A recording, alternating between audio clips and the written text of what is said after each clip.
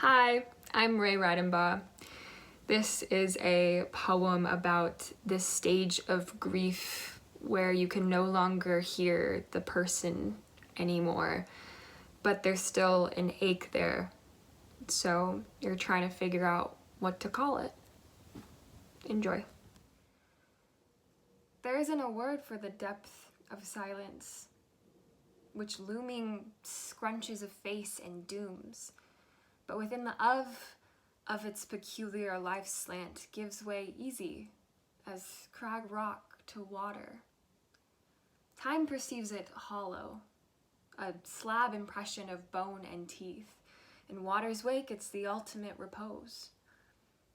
You have only glimpsed the window of unsoiled silence, a blanket on a birdcage on the other side of an opaque window.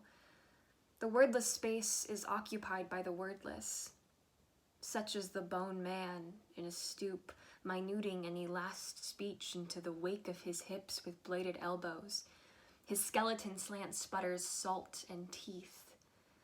This reprise is the punctum of the soul watering down to nothing.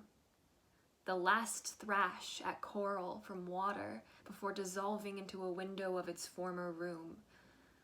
Far from a lapping of teeth, the final words from the deceased are a slant rhyme. A vague bending of wind, a sin-drenched wake. Quiet is a wake for life. Silence is after. Out in the field, it waits like still water for the last slant of light to sweep out the landscape.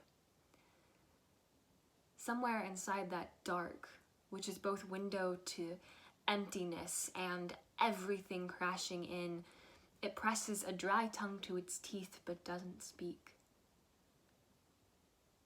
If it were made up like human, our souls would be cast molecules of water, scooped up by a less than breathless being to wash a hazy window and be eaten by a slant ray of sun.